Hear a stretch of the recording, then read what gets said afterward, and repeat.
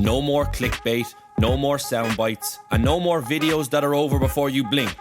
No more being told to click this or to share that because some people think you can't think. Choose a new way of doing things. Choose real people. Choose real stories. Choose the Real Talks podcast.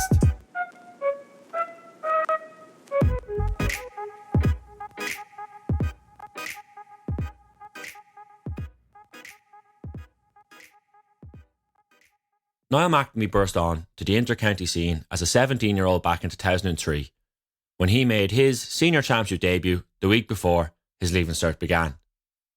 Since then, he has become Offaly's talisman, missing just one championship game over 14 campaigns.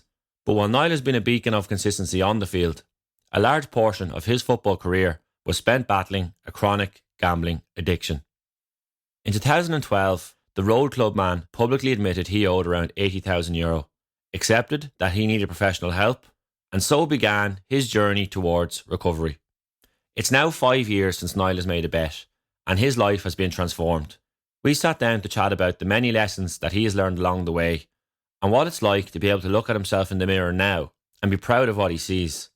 Because for many years he couldn't, and gambling became his form of escapism from everyday life. We've now had over 9,000 listens to the podcast, and I've no doubt many more will relate to this episode in particular. This show was brought to you thanks to the support of Kelly Bradshaw Dalton, who for over 20 years have been successfully selling, renting and managing property in the Greater Dublin area. You can check out their website at kbd.ie for all your property needs. My name is Alan O'Mara, and you are listening to the 5th episode of the Real Talks podcast. And now here's the star, Niall McNamee, into Hill 16. What a fabulous start, 20 seconds on the watch. He has been their scoring sensation. He is ice cool. And what an opening for Offaly and their young corner forward.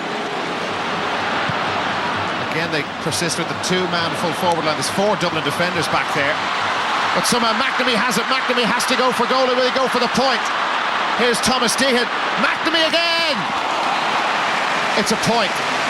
Niall McNamee brings them back to within 3. They've done well to get this close. We've had a couple of great guests on over the last number of weeks with some really different perspectives and takes on life. And Niall, I want to start with you and go all the way back to 2003. Because for me, you're one of the first boy wonders. I remember bursting onto the scene. You made your championship debut against Leash in 2003 at just 17 while doing the Leaving Cert. Is that right? Yep. So that's something that we don't see it too often happen anymore. I think the other one that jumps out in my mind is sort of Patrick McBurty, and there was Austin Gleeson, but there's definitely fewer and fewer of you as the game develops. I suppose going back to that time, you're still in school, a young gun bursting onto the scene, and the question I have around that would just be, were you living the dream at that stage? Yeah, I think I probably was. I remember we actually played Laois. It was a Sunday, and I played with the Offaly Minors the week before. Now the same management team would have been over the under-21 team that was over the senior team, so I played under-21 that year, so the lads would have kind of known me up to that point anyway. But I'd never trained with the senior team, and the minors were beaten in the first round of the minor championship, loud beats, on a Saturday, and the secretary of the county board came up to me after the game and said, you have to go senior training in the morning, which was a Sunday morning. So I went the following morning, trained, and then started the following weekend, which was, I think it was about 10 days before the Leaving Cert started. Okay. So it was a strange one, but then we drew with Laois and we played the replay. Then it was a bank holiday Monday, and then I actually started the Leaving Cert then on the Wednesday.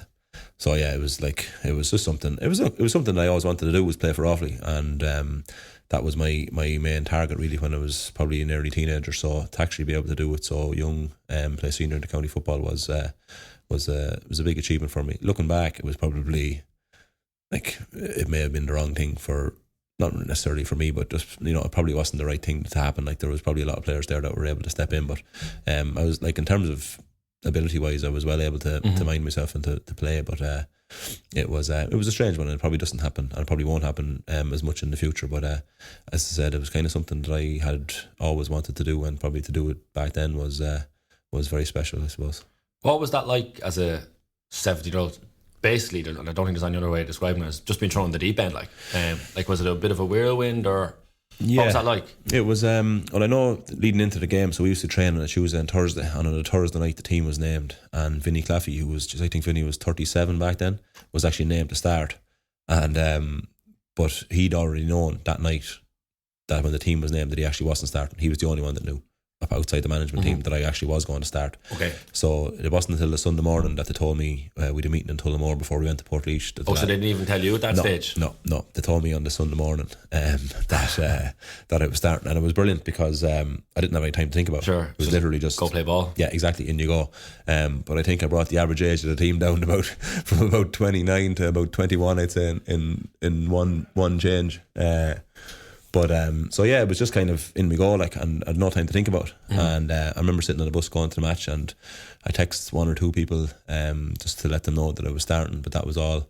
And played for the first, whatever it was, 50 minutes. I think I was taken off after about 50 minutes, scored a point. But it's amazing when you're playing, like, all I've been thrown into the deep end. It's inter-county football and at senior level is like nothing I'd ever experienced before. And I remember in the first half actually thinking I was going to have a heart attack. I was just running, and the boys, like the management team, had this kind of a thing of the full forward makes the first run, and then I was to make the second run. So wherever he went, I was to go the opposite direction, basically, to create space or whatever. And like being young and naive and different things, I just ran. Yeah, just would not stop running. And I was absolutely out on my feet by half time. But I come off after about 50 minutes, I think 55 minutes, and Vinny Claffey come on for me. So again, the average age of the team went up again.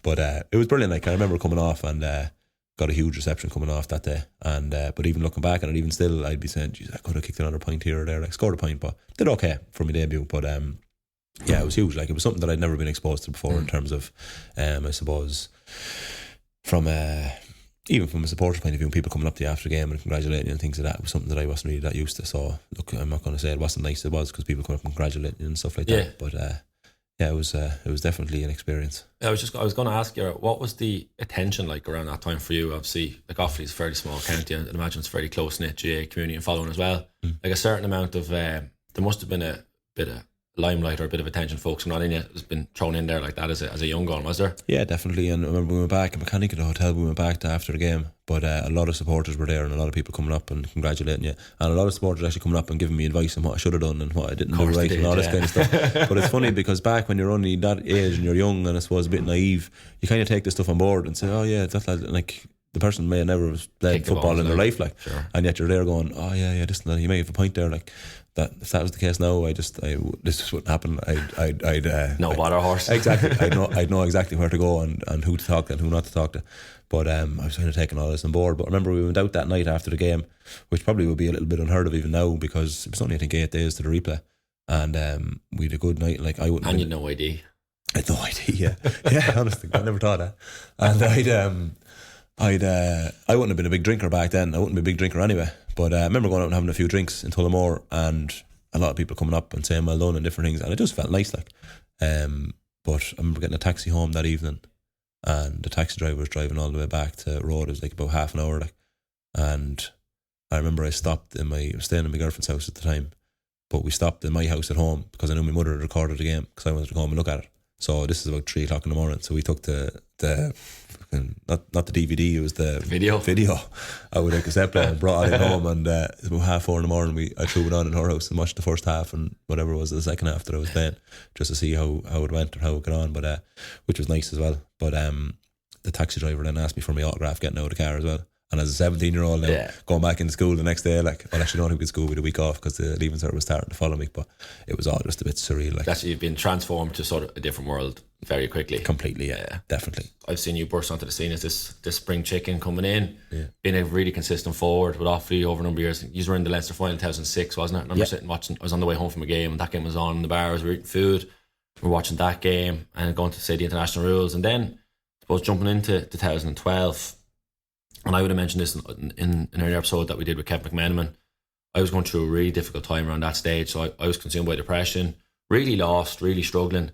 And at that stage, I just reached out to the Gaelic Players Association for help and support. I knew I needed some guidance, and I'd lost my way.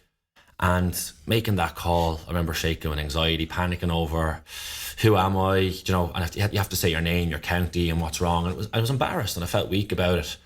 But a week later, I'm on my way home from college and I go in and I buy my classic chicken fillet roll because that's what you do when you're a student.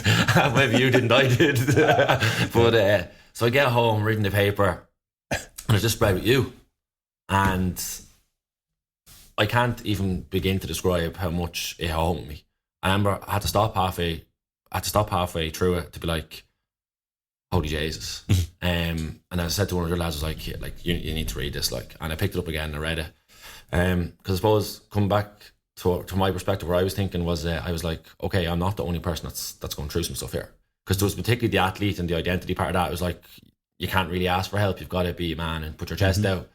And just reading that piece in terms of you admitting that you'd been struggling and admitting vulnerabilities, I think was a huge thing for me, because I really didn't think that was allowed at that stage still. And I was still only 20, So first of all, I'd like to thank you for that piece, because it was a really, really helpful and beneficial thing for me as a young man in that position. And I suppose just for anyone listening that's wondering what the hell I'm talking about, you might just give a brief overview of what you did that day in terms of that article and why. Yeah, I suppose so. Leading into it, in November in 2011, I would have went to the Rutland Centre in Dublin. It's a treatment centre for addiction.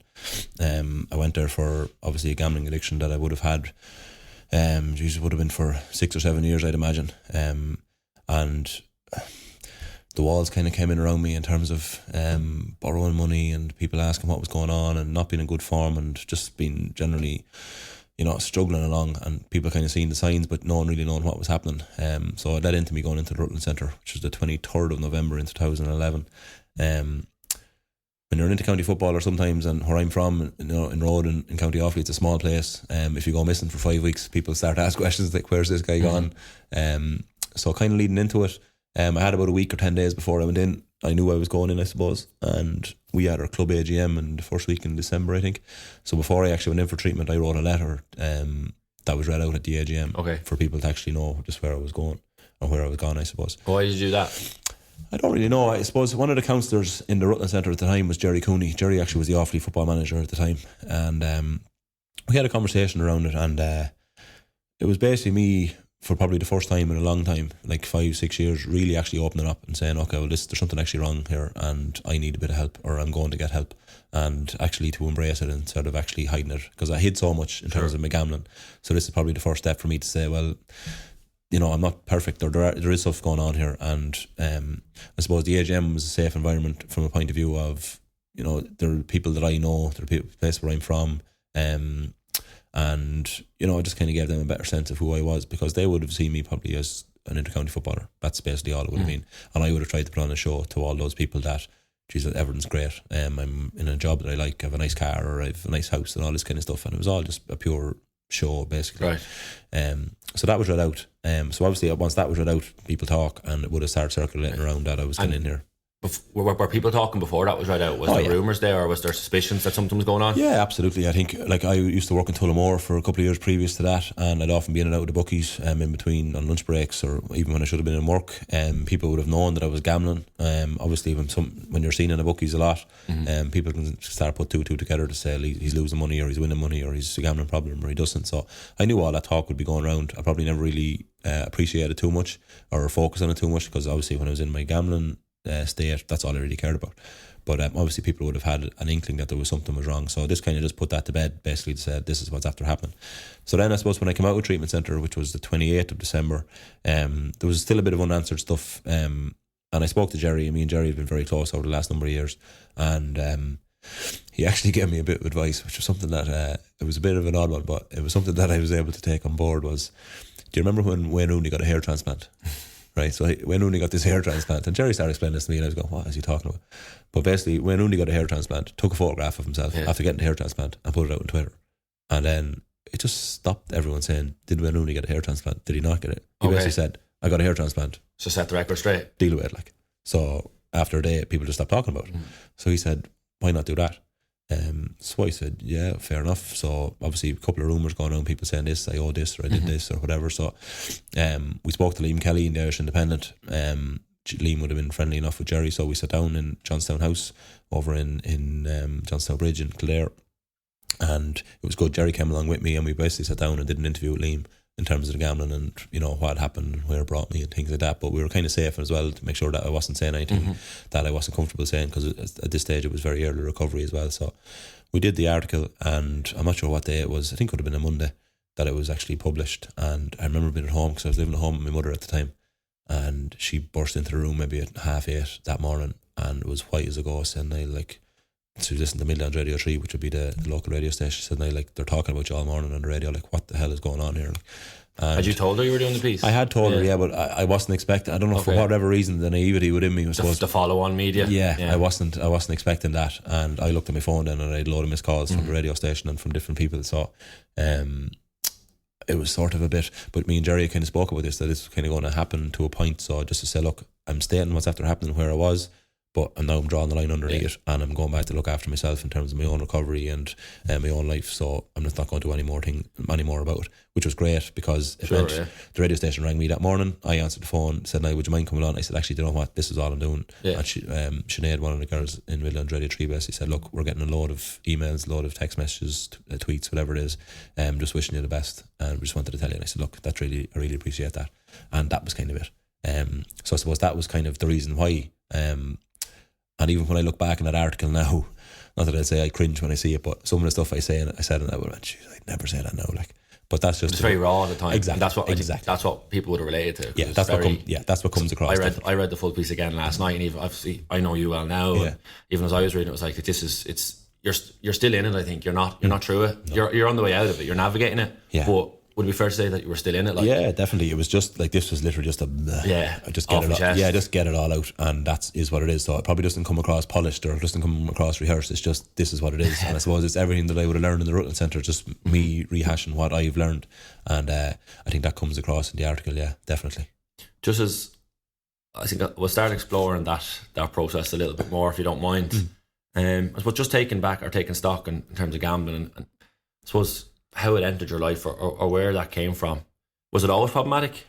It's funny, because in the last couple of years I speak to a lot of people that are struggling with gambling, and the one underlying theme that I found with most people is that in their early days, when they started to gamble, they won, and they won big on some occasions.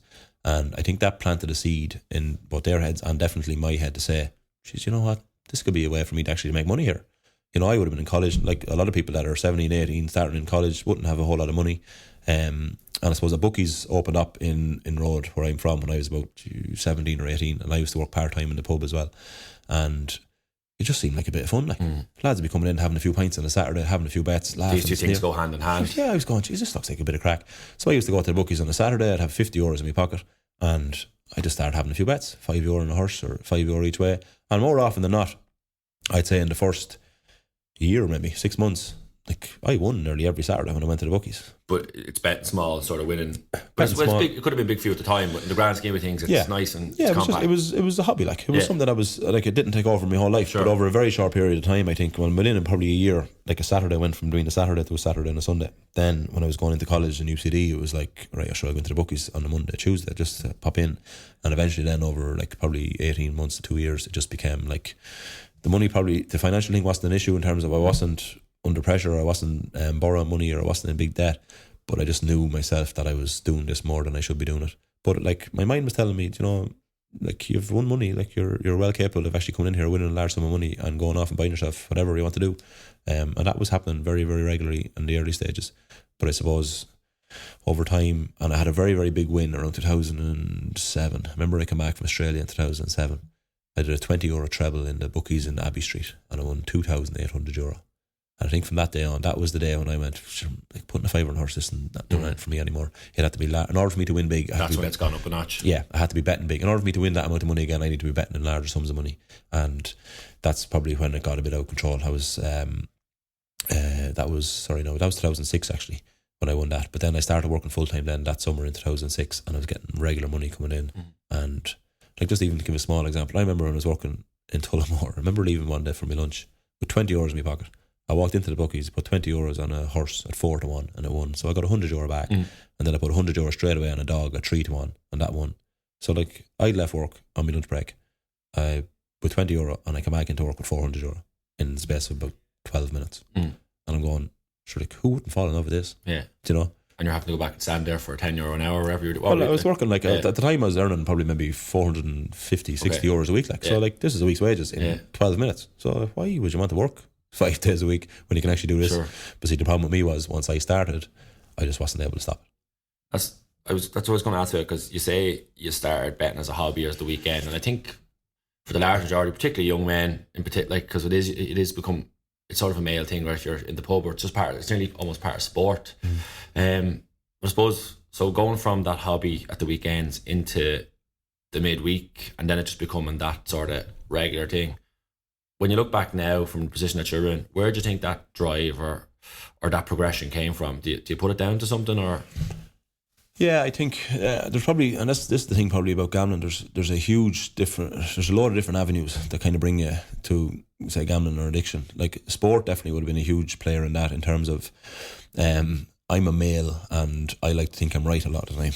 So me and sport and gambling kind of have a very, very good fit. Like I can be watching sport even today and say, I think this person's going to win this, and I try not to be too forceful in my opinion, but like if I believe something's going to win, like I would say I think this is going to happen. And I suppose that kind of played into that thing of, from a gambling point of view, to say, well, you know, I'm good at this stuff. Like I understand sport, I know exactly what I'm talking about. So I'm trusting my instinct here, or I'm trusting my own judgment to say I think this is going to happen. I suppose when I was in the gambling frame of mind, though, that was very much I kind of lost that kind of rationality because I just couldn't stop. I literally been in bookies and a horse race starting, I'm back in the source here, and that was it. And I wouldn't even do any research or anything like that. It was just, I need to get the next bet. Yeah, it goes from actually trying to, I think this is right, to I actually just want that hit, or I want to feel that that rush. Is that fair to say? Absolutely. And I think that ties into the football point of view as well, or from a sporting point of view, or a high level sporting point of view, is that the same rush or buzz or anxiety or nervousness that I would get before a big game, I could replicate that in the bookies every 3 or 4 minutes. Like if you can imagine a horse coming around a bend and it has a furlong out or 2 furlongs out, and I'm looking at this going, if this horse wins, like I've this amount of money, or if it loses, like I might not have food this week. Like if that kind of stuff building up in you, and you're going, and like then the race would finish, and then like, I need that again, and then I go again, and like you'd have a dog race, right? And you'd have it every 4 or 5 minutes, because the dog race lasts max 20 seconds, like, and a horse race would be max 5 or 6 minutes, like, yeah, exactly. Yeah. So you're replicating that, and obviously then I suppose a big thing that I would have never really known about, and never really known that I was ignoring, was, I suppose, the emotional side of things as well. So I only kind of really learned that when I went in for treatment, was that gambling for me was a massive escape from reality, and a massive escape from me as a person, and me emotionally, how I was feeling. Like obviously from a gambling point of view, financially it has huge implications, but I would probably say now that gambling is probably 10% a financial problem, and I would say it's probably 90% an emotional issue. Because obviously financially you're chasing money, so I've lost X amount, I need to win it back to pay off X amount or whatever it is. So there is that kind of drive to win money. But for me, the big thing for me was I lose a game of football. I've had difficulty in a relationship. I've failed an exam. I'm not happy with my job. I don't want to feel like this. I feel upset, or I feel lost. I feel lonely. I don't want to feel like this. Mm-hmm. So as a sports person and as someone that's playing inter-county football, how do I escape from feeling like this? And I don't drink because it's not good for me in terms of physically for my sport. I don't take drugs. Never took drugs because obviously physically as well it's not good for me. But gambling is a brilliant fit because, you know, well, probably from the outside looking in, you'd say it's a brilliant fit because you're not taking a substance. You know, it's a great distraction. Like I could go into the bookies, turn off my phone and sit there for 4 hours. Like. It's invisible for all extensive purpose, isn't it? Exactly. But like I could go into a bookies, turn off my phone, sit there for 4 or 5 hours and just completely switch off from the outside world. And I'd just be like a zombie. I'd be in there and I'd just be on autopilot, going around and not feeling anything. Now obviously there'd be disappointments, there'd be highs, there'd be lows, but in terms of actually if there was a disappointment or a letdown in my life at some stage, or there was something that I hadn't dealt with on an emotional level, and as I said, that could be a breakdown in a relationship, it could be an argument that I had at home, or it could be something small, it could be losing the county final, it could be losing the championship match, whatever it might be. If I didn't want to feel that sadness or that hurt, I'd look for something to quench it. And for me, gambling was an easy solution for me to do it. Now, at the time, I didn't know that's what I was doing, but it's only now that I've stopped gambling, and those feelings were still there, so they still had to be dealt with.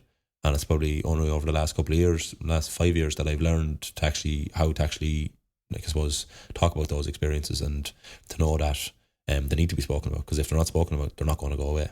And suppose that has been the key thing for me, I suppose, in terms of recovery, to know that these disappointments are going to happen and life isn't easy. Like, it's not black and white. There are things that are going to throw you off path, and to know for me then that gambling isn't the solution to that. You know, it has to be me actually talking about. I'll move on to the recovery side of things in a moment. But before I do, just something you said that struck me there around, I suppose, that relationship between the excitement and the buzz from sport and the how the bookies may have been a sort of a substitute for that, or comparable to that. Because I know, from my perspective, it's certainly something I would have really struggled with in around the time when depression really entered my life, took hold, was because, and you may agree or disagree with this, but I'll say it out loud and we'll see what you think. But so football and sports, particularly inter-county football, you get to play for your county. It's a really beneficial, powerful thing. You get reward, feeling, satisfaction. And I suppose I would have found at times that normal life was a bit boring compared to that. And I don't know, would you agree with that? And if you do, was the bookies a way that you could go, actually, well, I can just leave that little bit of boring stuff behind for a while? Yeah. Was that part of it? Yeah, 100%. I completely agree. And I suppose this comes back to me when, as we spoke about me making my debut when I was 17, like, from all those years when I was 13, 14, 15, like, all I wanted to do was be an inter-county footballer, and I always was searching for the next challenge or the next. So I remember me and my brother having a sneer or a laugh one time. I was only about 11 or 12, and I didn't make the Offaly under 14 team, and you're 11, like. Yeah, and he was sneering me over this because, like, he'd met it. Like, Alan's 4 years older than me. Like, it was only a bit of childhood. He was 15. Yeah. But he'd met it like a lot sooner probably than I'd met it when I was younger. But I remember feeling getting angry with him. Like, I remember going in and actually kicking him in the room one day, and he'd come and run after me then, and usual crack. But, like, that was all that I wanted. Like, I wanted the next challenge or the next challenge. So I made the under 14 team, and I said, geez, I'd love to make the under 16 team now, or I played minor when I was 15. So, like, all these different things. I played in a senior county final when I was 15 with Road, and I played minor under 21, senior in the 1 year. All these little challenges that I was looking for. But it was just when you say that, like a senior final with Road at 15, like, it's a high after a high, really. Exactly. So, like, and that was for me, like, I needed that kind of challenge. Yeah. And I suppose back then, and that's kind of who I became, was a footballer. And I just forgot all the other parts about me. So I forgot different things that I used to enjoy when I was like 7 or 8, or I forgot things that I would have loved doing, like even small, like totally insignificant things, like making up model cars, or making up like little racetracks around the house, or going rollerblading, or just small little things that I used to do when I was younger. But I kind of just forgot all that stuff, and it all kind of became consumed by football and inter-county football and sport and the next challenge. And when I was left to my own devices then, without any other sport or anything like that, I didn't know who I was. I was literally there going, like, I don't know who I am, like, and what job are you in? Oh, well, I'm in this job because it suits me for football. So everything just revolved around me as a footballer. And I think it was like, would have played a huge role in terms of where I went from an addiction point of view, because I didn't know who I was, and because I didn't know who I was, I wanted to escape who I was. I was going to say the word escapism too. Gambling just gave you a way to dodge those questions in your head. Exactly. It was the perfect way for me to say, I don't have to want to deal with this stuff, so I'll just go into a bookies here for a couple of hours. I'll win loads of money. Sure, then I'll be happy. Sure, I'll buy a nice car then, and when I have this nice car, then that'll make me happy. Or have a nice house. And Jesus, if someone sees me driving a nice car, they'll want to be my girlfriend, or all this kind of stuff. You're saying I was looking for things outside of me, basically, to make me happy.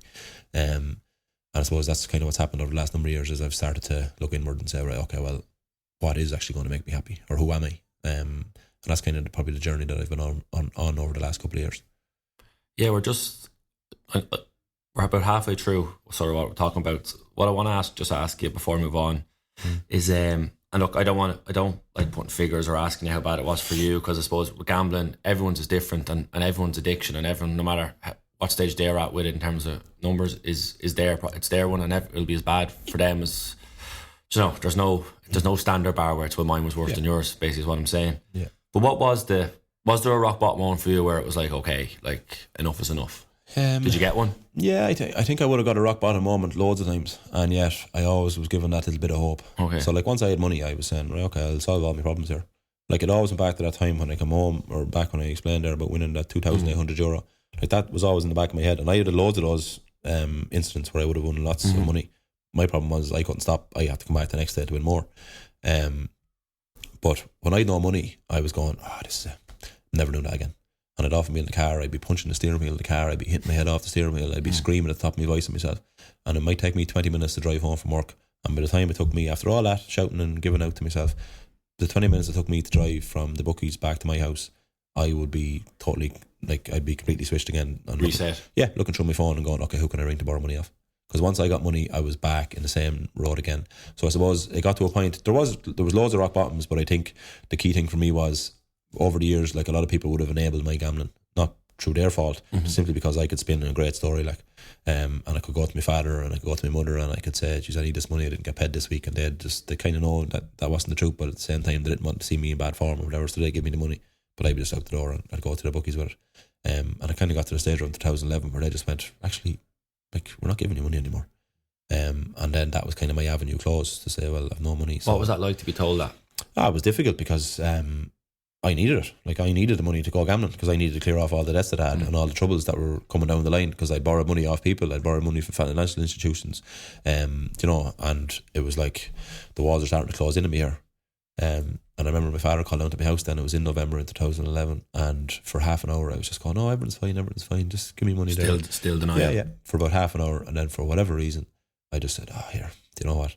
And just basically said, look, I'm gambling and I can't stop and I don't know what to do. Was that the first time you let the man slip and say? Yeah, first time I really actually went, do you know what, this is actually has me crippled. Okay. And I suppose it was really difficult because I would have gambled, and a lot of my friends probably would have gambled, but they would have gambled socially in terms of going in, having a bet once a week, once a month, and I just couldn't understand how or what was wrong with me.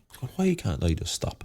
How come when everyone else goes in, they can go in, have one bet and walk out and go and have a chat or have a normal conversation, and yet once I'm here, I just don't talk to anyone, I don't want to talk to anyone, and all I want to do is gamble. Why am I like that?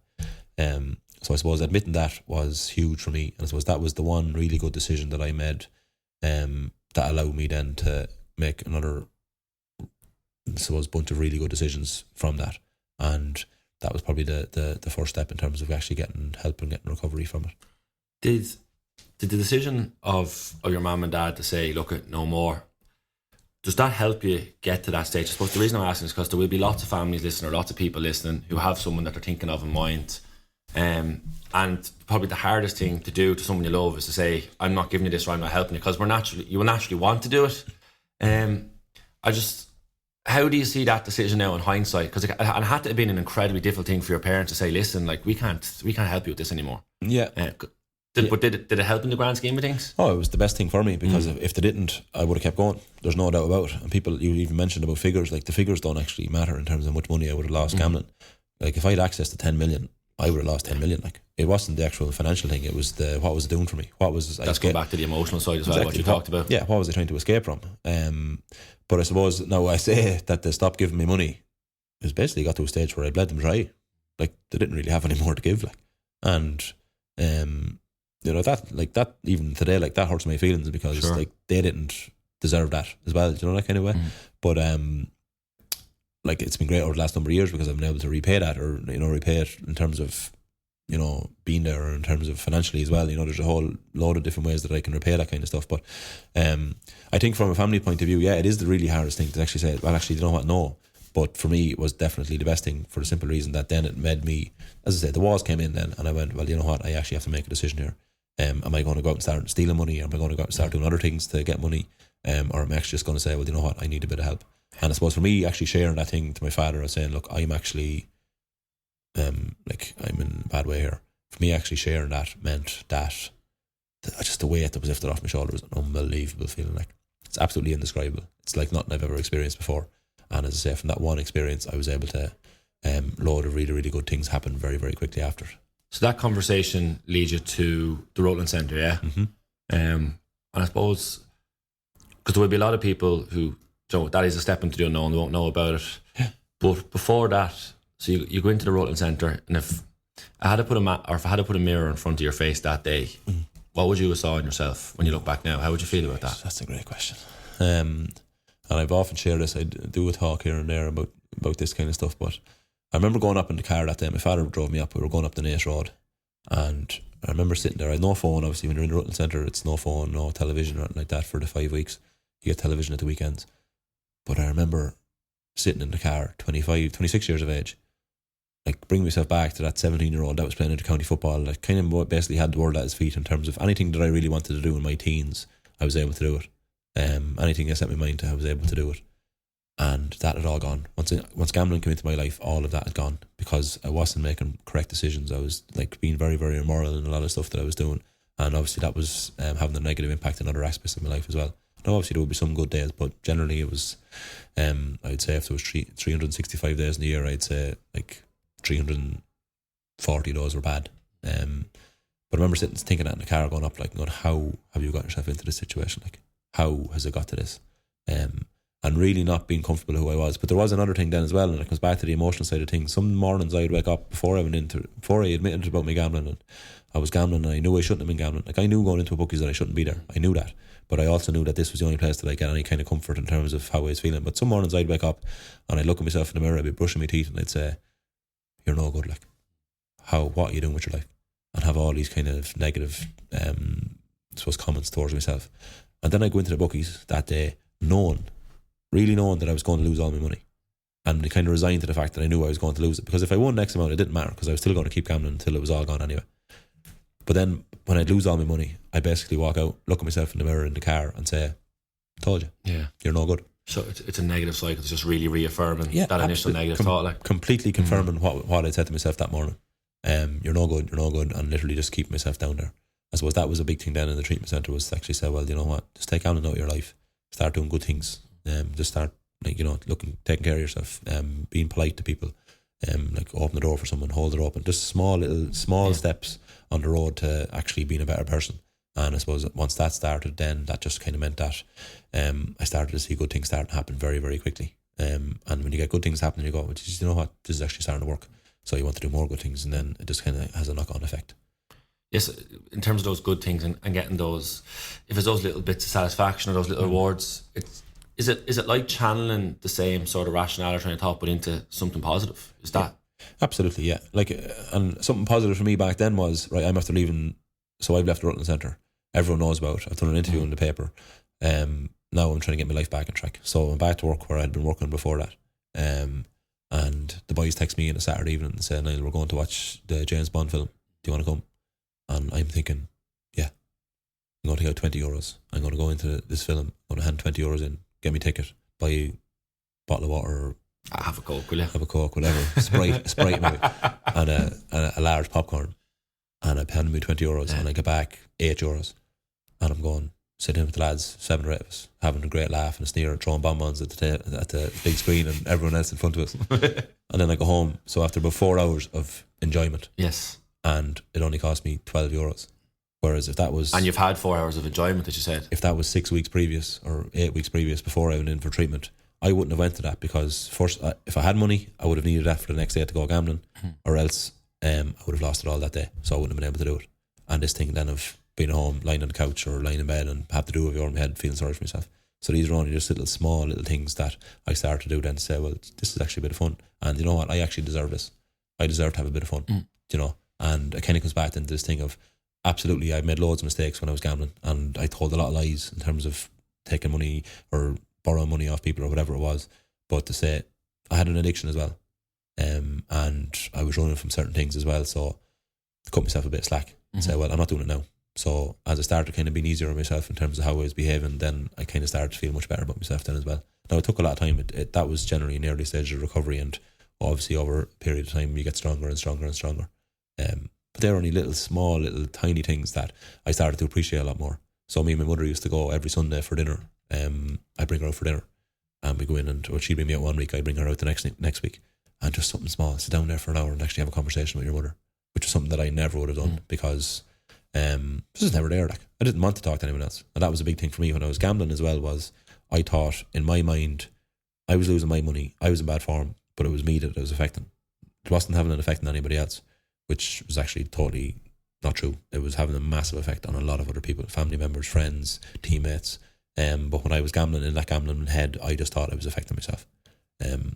So it was nice to be able to give back, and I suppose that's a part of the recovery program. We'll be making amends. Now, it can be making amends financially, or it can be making amends just, I suppose, emotionally, or whatever it is, and actually just being there for someone and having a conversation with them, and you know, just, I suppose, asking how they are. So I never would have asked my mother how she was. Actually, and you just being present even when you are having a conversation. Like. Exactly, yeah, exactly. This thing of, just being able to put the phone down or read the phone in the car and go in and actually have a normal conversation with someone. Like, it's difficult. And that's, like, I'm coming from a point of view of addiction. And, like, there's some people in general society at the minute that aren't in addiction or, but even still that's difficult for them. So you can imagine how difficult it could be for somebody else, like me maybe, that struggles with being present, struggles with being actually sitting there on my own and saying, right, okay, how actually am I? Because when these feelings start to come up, and I think everyone experiences them, I just think some people have better coping mechanisms, and my coping mechanism would have been very, very poor. And I suppose that's something that I've had to develop over the last number of years to actually deal with things that have happened, I suppose. That initial phase of the recovery as such, like, I think no matter if it's an addiction for gambling, if it's depression, if it's addiction to alcohol, like, there's often a lot of build up to the asking for help. And when you do that, I suppose what I wanted to ask you was, how difficult is the next couple of weeks? Because when you reach out for help and you say you get that offload with your dad and you go, it's off my chest. Yeah. But I think, because one of the things I always like to cover over, because I think it's important to say it, that, like, the next phase is really challenging. But I think does it come back to just reaffirming to yourself that you're on the right path, you're on the right path? Yeah, like. Or was it challenging for you? Maybe that was just me. No, it was challenging, absolutely. And I think the initial thing for me, and I got, not that I got lucky, but I told my father, but then me going into the Rutland Centre was absolutely 100% the best thing for me to do after that. It was for 5 weeks. I was shut off in the world for 5 weeks, basically. I did a lot of work on myself in terms of, who I was, things that I'd done, and from maybe, like, as I say, borrowing money, telling lies, all this kind of immoral stuff. And it was a safe environment to do that. So I think that if I didn't go in for treatment, to actually go back and start trying to live a normal day life with all this other stuff hanging over you and trying to deal with that at the same time, it would have been very, very difficult for me. Did that period let you have a very sort of distinct, what's the best way to describe it? Is it a spell of reflection? Yeah. And to look at yourself, going back, I asked the question about the mirror, but actually looking in the mirror and answering it honestly. Yeah, definitely. And is that what that, so I mightn't be fully clear what goes on in the Rutland Centre for 5 weeks, or someone else might be, but is that what's the general gist of what's happening there? Yeah, it is. And a lot of it is, so there'll be a lot of group sessions as well. So you might have every day for the 5 days, you'll have 2 group sessions a day for an hour and a half. And basically I was in a group with people that were struggling with alcohol, people struggling with drugs, eating disorders, sex addiction, it could be anything really. But all the behaviours are kind of the same. So the substance might be different, but the behaviours would be the same. And we would basically just talk about, how are we feeling today? Like, anything coming up for you, any doubt, any I suppose discomfort, any sadness, any guilt, any shame coming up for you, and we'd basically speak about it. We'd have some exercises to do then, like things called like a life script, where you'd like write about your life from when you were when your earliest memory basically up to you're about 20 years of age, and just to be able to verbalise that then and go back over stuff and kind of reconnect with, I suppose, our younger selves, to find out actually, who are we, what made us all tick, why did we go the way we go, what were we running from, what's the escape, and just to kind of figure out exactly who we are. And I suppose that for me was really, really important, because that 5 weeks was very, very, you're up in the morning, you're eating good food, you're into group sessions, you're talking, you're getting into the habit of talking. Some of the days then would be things called Concerned Persons Day, where say people that are basically a concerned person, could be a parent, brother or sister, girlfriend, wife, whatever it is, comes in and tells you what your addiction is like for them.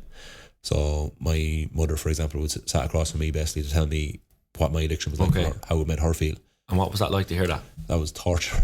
Was it? Yeah, it really was, because it was the first, she probably had told me before, but I never. First time you were listening to it? Yeah, it's the first time I was actually ever here, and you're in a group and everyone else is in the group as well. Okay. And I suppose they're all taking notes, because when she goes home on a Tuesday, we come back in on a Wednesday and we basically go over what has been said. So it's very difficult to hear all that stuff. But as I said, imagine so. Yeah, I'm in a very, very safe environment here. So I'm in the Rutland Centre, I was in a very, very safe environment. And if I felt sad maybe on a Tuesday, or felt sad on a Wednesday, or felt sad on a Thursday, I'd sometimes find then by Friday not feeling too bad. And I kind of triggered it in my head to say, well, I'm going to have bad days, but I don't have to go to the bookies. Just like someone else can have bad days, they don't have to go drinking, or someone else can have bad days, they don't have to act out in another way, whatever it might be. And that kind of went to me, I felt bad, but now it's Friday and geez, I'm feeling pretty good here. Like, I'm not a bad person, I just did some bad things, but I was in an addiction, I was I suppose wasn't in the right frame of mind, and now I'm awake, I'm here, and I'm trying to face up to it, and I'm trying to better myself, and I'm taking this stuff on board, and I don't feel good about it, but it's passing and it's starting to ease. And the more it was starting to ease, then more confident I was getting in myself and said, yeah, I'm a good guy. I can go and I can live a normal life and I can be nice to people. If I put gambling into my life now, I'm not a nice person. I don't like myself when I'm gambling. It's toxic. Oh yeah, absolutely. And all those little behaviours start to come back of telling lies, being deceitful, being angry, being, a little bit arrogant, trying to be the big lad. Like I might go to a pub after winning big on a day's racing or whatever, and I just start trying to buy a drink for people. Yeah. Just to pretend. Whereas if me and you went for a cup of coffee across the road now, like you'll buy your own. And I'll buy mine. I might even buy you. Yeah. But that's the way I am now, because I don't need to be. And I think and it's something as well probably that I learned to say, no, I dip in and out of this, but I've probably learned to say no a lot more as well. I would have been a huge people pleaser as well when I was wanting people to like me. So I'll say, oh yeah, I'll do that for you, or I'll do this. And it just ended up that I was feeling more and more under pressure. Whereas in the last, I found maybe in the last year that I was kind of getting back into that stage of just I'll do this or I'll do that, and really overloading myself with probably too much things to do. Whereas even the last month or so, I started to kind of step back and say, well, actually, do you know what? That doesn't suit me. I'll do that. That doesn't suit me, and just to start picking things that are right for me, that are proper for me. Because obviously when I speak about my gambling, people want a piece of that, and they want to hear, want you to come and share, and that's fine, like, and I completely understand it, but is that really the best thing for me? I don't think so, and I would hate to go back into that old way of going back gambling or doing something else that isn't good for me, because then all this is like, it's kind of, not that it's useless, but it's kind of, it's contradictory. I'm contradicting myself because I'm actually not doing the program. I'm not looking after myself first. So like, I can't really look after anyone else or do anything for anyone else unless I'm in proper control of my own life first.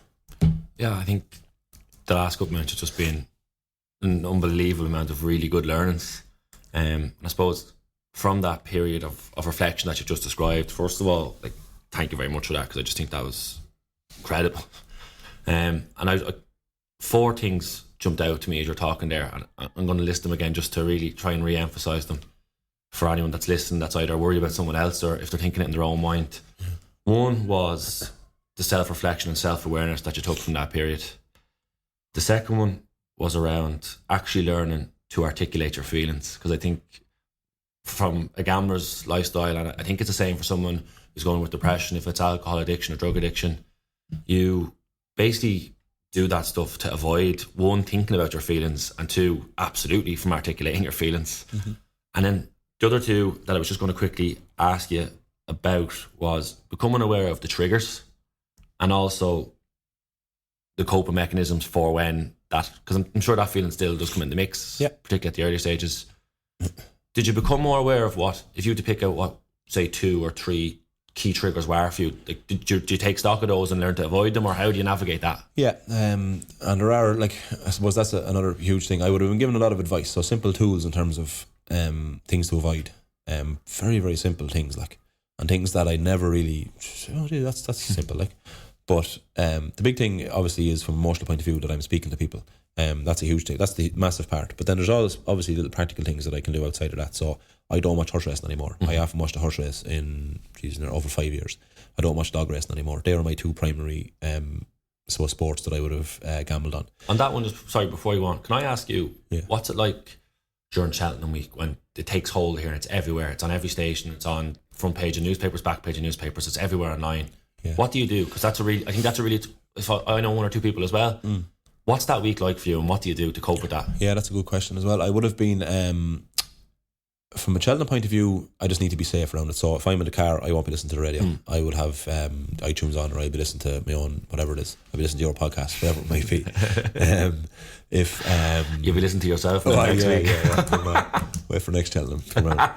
But so that'd be one thing that I would do. I don't be on social media much because everyone wants to think they're an expert on Cheltenham that week. So I just don't be. I'll just avoid it. But yeah, exactly. I completely avoid it. I suppose the big thing for me with Cheltenham is, and some people often say this about say an alcoholic. Someone will say, if I didn't drink Paddy's Day, I get over Christmas. Right. So Cheltenham would be the same for me. So it would be the weeks after Cheltenham that'd actually be more difficult for me, because Cheltenham's such a big thing. People build themselves up to say, right, Cheltenham's on, I have to avoid this, avoid that, avoid this, and then don't gamble during Cheltenham, but then they go, just didn't do great there, and you kind of give yourself a pat on the back and say, sure, maybe I'm alright, like, maybe I can have one little bet here. But Cheltenham is such a big thing in terms of, right, it's in your face all the time. But from a point of view of, from me when I was gambling, like I would have gambled on Cheltenham, but like it was Cheltenham every week. Like, yeah, I know. It didn't really make a difference. I know if I go to a bookie today, there's going to be horse racing on them. And I can go in and have a bet. But I suppose that's just just to kind of avoid that. But I suppose the other practical things that I would do then, I don't buy lottery tickets anymore. Don't buy scratch cards. Like I used to buy a lotto ticket and I put it in my car for about a month and I'd be listening out on the radio to hear was the lotto one and no one had collected it yet. Okay. To try and convince myself that I'm after winning the lotto. Like, this is where my mind was gone to. Don't buy lottery tickets. Don't buy scratch cards. Don't watch horse racing. Don't watch dog racing. Don't read the racing section of a newspaper anymore. Don't associate really with anyone that gambles anymore. Don't associate in conversation around gambling anymore. Just really kind of, and when I say gambling as well, it was funny because I was in the Rutland Centre once, when I was in the Rutland Centre, one of the counsellors asked me to pick out 3 things over a weekend of how I was still gambling, and this was in the house. Okay, now in terms of your day-to-day sort of behaviours. I wasn't gambling financially, but so say for example, if someone walked into a room and the door opened, in my mind I'd be guessing, geez, that's Alan. Okay. Before they come in. So like that was just my mind. That's just the way it is. Like that's just how my mind works. Really interesting. Yeah. Or there's another guy that was in the house with us, and when we're going up for dinner, he used to always pick up 2 plates and hand one plate back to the person behind him. And I remember sitting there one Saturday or something, and I said to one of the girls, I said, "Look now, I can guarantee you, John will pick up this plate, and 2 plates, and hand one to the person behind him." The next thing they did, and that for me, it gave me this little kind of you were right, like well done, kind of thing, pat in the back sort of stuff. So I tried to watch that as well on a daily basis. And that's difficult because obviously you're on it's hard to be present in that kind of stuff all the time. But so there's, I suppose, small things that I would do just to kind of keep me safe from that kind of an environment. I need it's difficult as well. Social media, Facebook, Twitter. There's a lot of gambling sites advertising. Like if a gambling ad goes on television, I just switch it off. Don't watch it.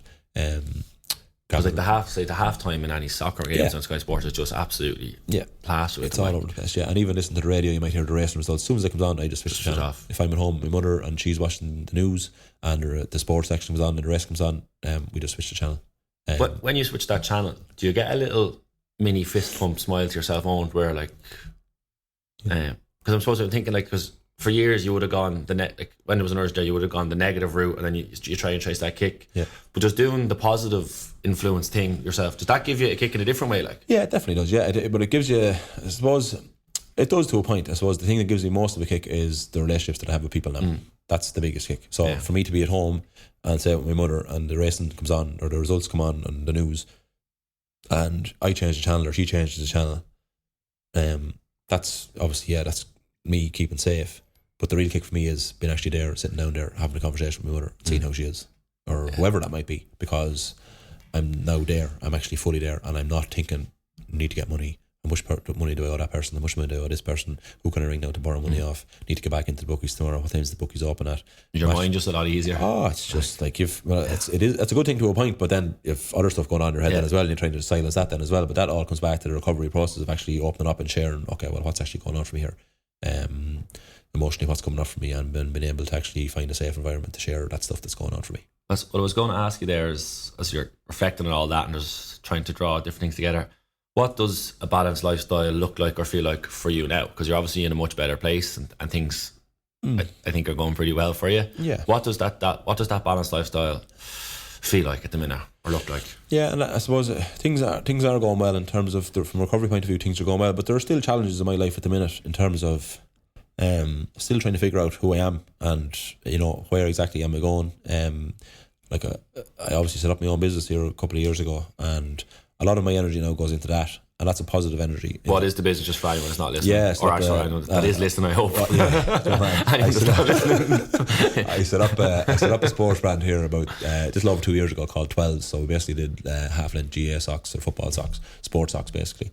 We're trying to expand that range now this year into like compression gear, gym apparel, all that kind of stuff. So that's been really, really exciting, and that's something that has taken my energy, but it's something positive. Yeah, you're getting channel it into a good thing. Exactly. So like for a long number of years, all that took my energy was gambling, and how do I I'm just going to focus all my energy into gambling, and by doing that then it was just coming up negative, whereas this is actually focusing my energy into something that's actually positive, and then hopefully it's kind of building a future for myself as well, and that's something that I'm passionate about as well. I would have done a lot of work on myself as well around who am I, What are things that get me out of bed in the morning? What are things that are going to make me excited to go and do on a daily basis? And I suppose there is a risk in that as well. So people often say, like, is it a gamble? I like to use the word risk because, and I actually remember speaking to Tom Cribben about this. Tom used to be my boss. He's the Westmeath manager now. And I'd sometimes bounce things off him in terms of, from a business point of view, he'd be a very, very good businessman. And I remember setting up the business and kind of going, like, I'm a little bit worried. Am I doing this because am I doing this for the right reasons? And he gave me some great advice. Said, "Hey, look, anyone in life in general on a daily basis, everything they do is a risk. So if they go and work on one job, that's a risk. Like if they leave that job to go to another job, that's a risk, even if they're in a safe environment." So for me, setting up my own business, it was something that it really reflected my personality and really suited me as a person. It suited me then as a footballer as well, because it's meant that from a time point of view, it's allowed me then the time to balance my own time around training. If I come home from training at 10:30 at night and I want to do an hour or 2 hours work, I can do that, like, because again, it's something that I'm really passionate about. So it's not really like work anymore, to be honest, which is great. Yeah. Which wasn't the case like when I was in other jobs. It was just a chore, like going home from training going, oh my God, the thoughts of going to work tomorrow. And that's not the case anymore. So I'm lucky in that point of view, and I really see that. I'm really grateful for that, because I know a lot of people aren't in that kind of a situation.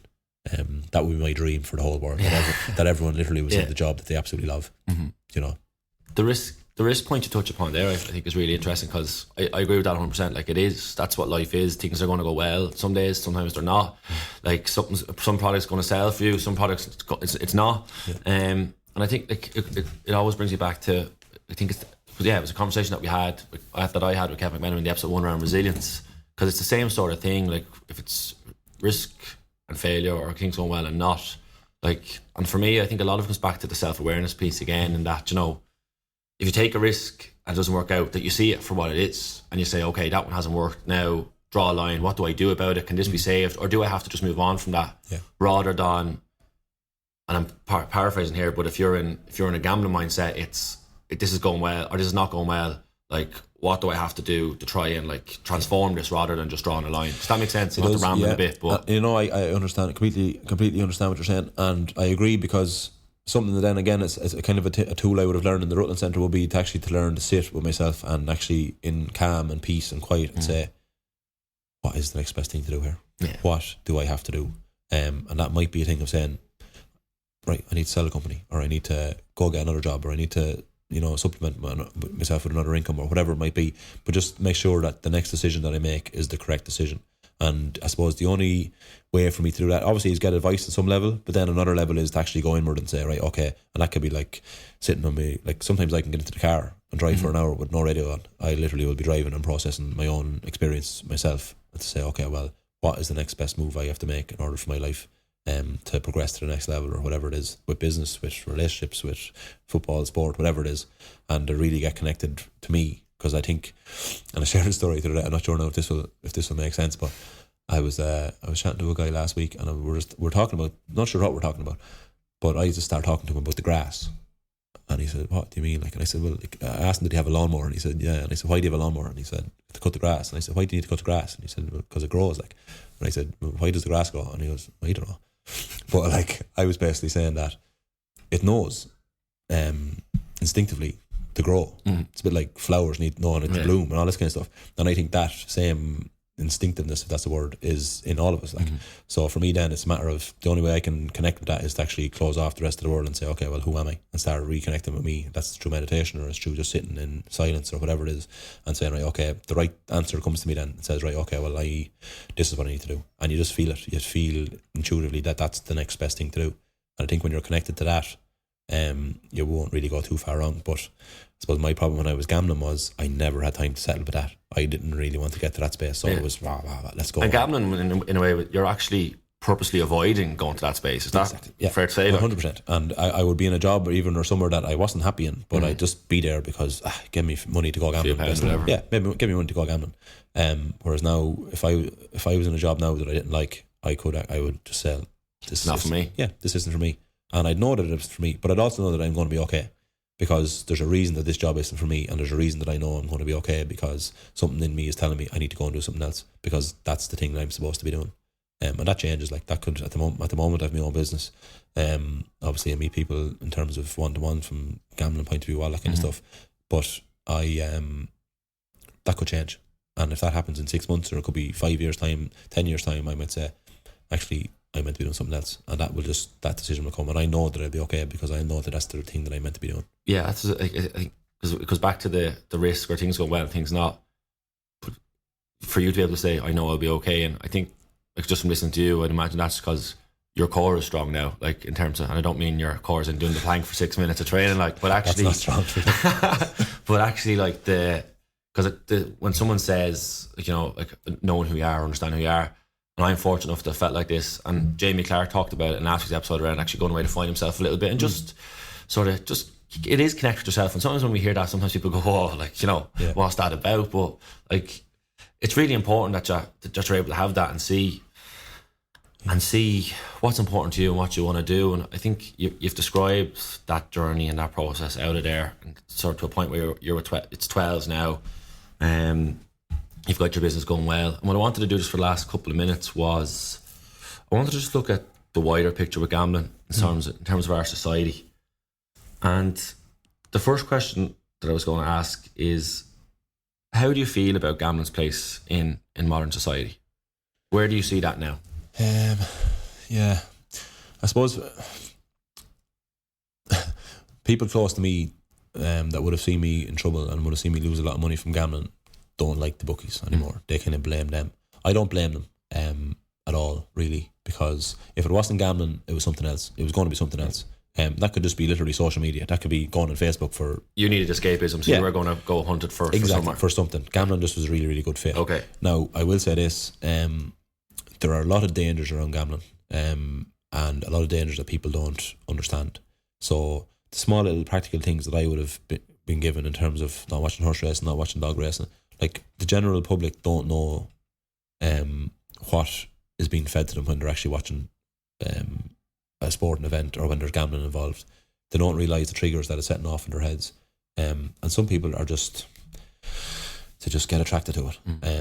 And I suppose a big thing for me is the advertising around it. That's very, very difficult. So sometimes I go back into my I suppose gambling head, and if I'm sitting down watching a game of soccer or whatever, I'm watching a game and it's half time, and next thing it goes to the ad breaks, and if I'm after being in the bookies all day and I'm after losing all my money, and I've said, right, okay, I'm never doing that again. I'm stopping it. I'm going to Get Recovery. I'm going to Gamblers Anonymous. I'm going to treatment centre and whatever. And next thing I'm sitting down watching the Masters, say, for example, the weekend. A break comes in the Masters, it goes off into a break, and here's 3 gambling advertisements. Yeah. One of the gambling companies said, if you set up an account with us today, we'll give you €100 free bet. Me, in my gambling head, I'm going, that's it. That's my ticket out. That's my way to get all my money back. And then I'm straight back into the same routine again. You know, and people just don't understand. I suppose I understand it to a point because I've gone through it, and I know the pitfalls and I know the things to avoid. But other people don't know that, and they don't know the stuff that's been fed to them. So from that point of view, I think it's very, very difficult. Also, if I was to go into a bank today to get a car loan, the bank would basically say, well, how much money do you earn every month? What are your other outgoings? Have you any other loans? But if I went to an online website or a bank or a gambling site today, I don't get asked any of those questions. Fire especially deposit money. We don't care where you get the money from. You could have stole it, you could have whatever. We don't care. You just deposit that in your account and away you go. Similarly, then I can go to another bank tomorrow and ask for a car loan, and they'll say, well, hold on now for a second. You got a car loan in the other bank yesterday, so like, what do you need another one for? Whereas I can set up an account in one bookies today and go to another bookies tomorrow, and they won't ask any of those questions. So there's no regulation around it. It just means people can gamble and gamble and gamble. There's no paper trail in terms of money financially where people are, and it just means that it just leads to a lot of antisocial behaviour in terms of, I don't mean like from people shouting, I just mean from people stealing money, people telling lies, people going to financial institutions, putting themselves under serious pressure with debt, and that's just kind of where it's got to, you know. It's from that point of view, it's very, very difficult because I suppose people don't realise the pitfalls that are there. Do you still get tested at times, like even now that you're a good bit down the line, but it's just... Yeah. Do you still get tested like that? Yeah, there will be, like, it wouldn't be very regular, but say maybe 3 or 4 times in a year I might get an urge to say, right, and I literally, it's for a split second. But it's brilliant. I suppose the learning that I've got is if I get that urge, I'm going, right, what's wrong? There's something wrong with me emotionally. There's something wrong with me in life. I'm procrastinating over something. I'm stressed about something. I'm lonely. We've lost a game. Work didn't go well today. There's a whole host of different things. And basically, the only way for me to figure that out is either to be in that silence on my own, or else to actually go and have a conversation Talk with to someone someone about and actually just trash out what's actually going on for me. And by doing that, then it mightn't be that day, but it might be the next day, but it could be the day after. And eventually I go, that's what it was. That's why that feeling came, or that's why that urge to gamble came, because I'm not dealing with something that's going on for me emotionally. When I was gambling, I was just sly. Like, I'd be thinking, how can I get money? Like, Okay. who can I rob here now, or who can I borrow money off, or what lie can I tell to get this money back? And just being really, really dishonest. It just brought out a side of me that I just didn't like. When I was gambling, I didn't like who I was. When I stopped gambling, I like who I am most of the time.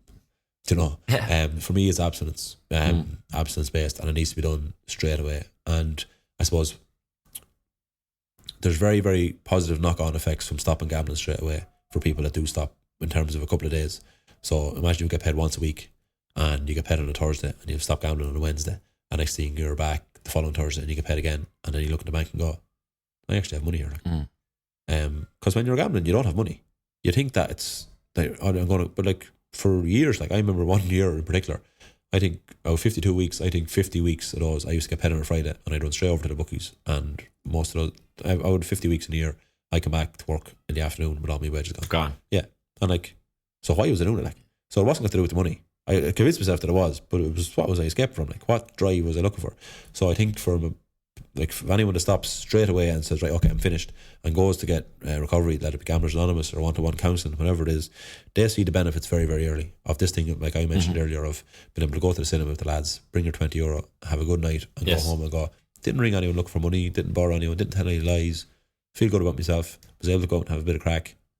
What's the problem? Like, why did I need to do this in the first place? So that's a very, very early thing that you can spot straight away. Open up your mind to that there's a different way of life. Exactly. Now, I suppose after a few weeks of that, then the emotional stuff's going to come up. So the debris of your gambling addiction and what it done to other people, that's going to start to come up. But there are things then that you can do in that, in terms of, as I said, one-to-one counselling. There's steps like making amends to people, doing up a financial inventory, which would be like basically writing down all the money you owe to people and to start making inroads into paying that Putting back. a plan in place. Exactly, around all that. Which is that obviously helps heal relationships with the people as well, because you're able to... Exactly. Because like, those conversations must be awkward to have at the time, but if you go to a person and approach, and some of them people may have been okay with it, some people may have been fairly burned by it at times, but that is a healing and repairing friendships and relationships, of saying, listen, I'm in a bad place, but I'm putting this in place and giving you this commitment, and I'm going to do this. And did that make it easier for you just to sort of, as you said it earlier on, to sort of draw the line and go, well, okay, like, I'm going to start chipping away at this. Exactly. And basically that was my thing. When I was gambling, didn't really like who I was because of the nightly behaviours that I had. But when I stopped gambling, I was actually able to go, not a bad lad here. And I can start actually doing things that were good, which one thing would be like paying back money and to like do a financial inventory and say, right, okay, who do I owe money to? And to be able to meet some of those people, have a conversation and apologise to them. And that was a big thing as well around the interview that I would have done for Irish Independent, was that kind of opened the door to that I'm trying to get help here. And I suppose people can say, some people might have read that and I went, just here we go, so kind of thing.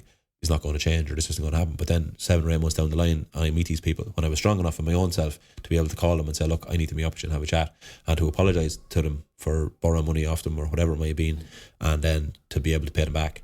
That would have been a huge relief. Now that would have brought up a lot of shame as well. So I remember one guy actually I met, I owed him money, and I remember handing it back to him, and it was nice that I was able to do it, but it brought up a lot of shame for me. And for the next week or so, I wasn't in a good place. I was in a good place, but I was really feeling how it made me feel. I was really feeling the shame around it all, that I'd actually got this money off this person and had to pay it back, and kind of had been avoiding him for years. And yet I was able to ring him and say, look, want to meet up and have a chat, apologise to him, give him back the money.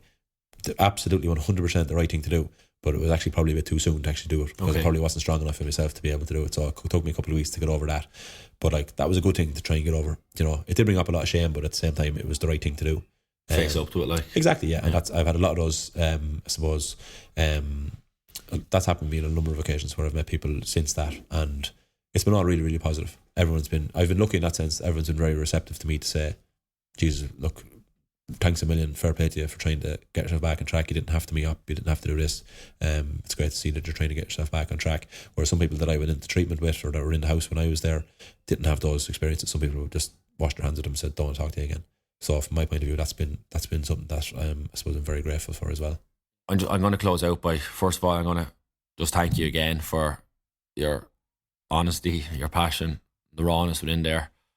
Like, one of the reasons I start up this podcast is that I wanted to tap into different lads and, I suppose, lifestyles and perspectives and experiences, and just try basically just to share the learnings. And I think you've done it so eloquently there, and so nicely.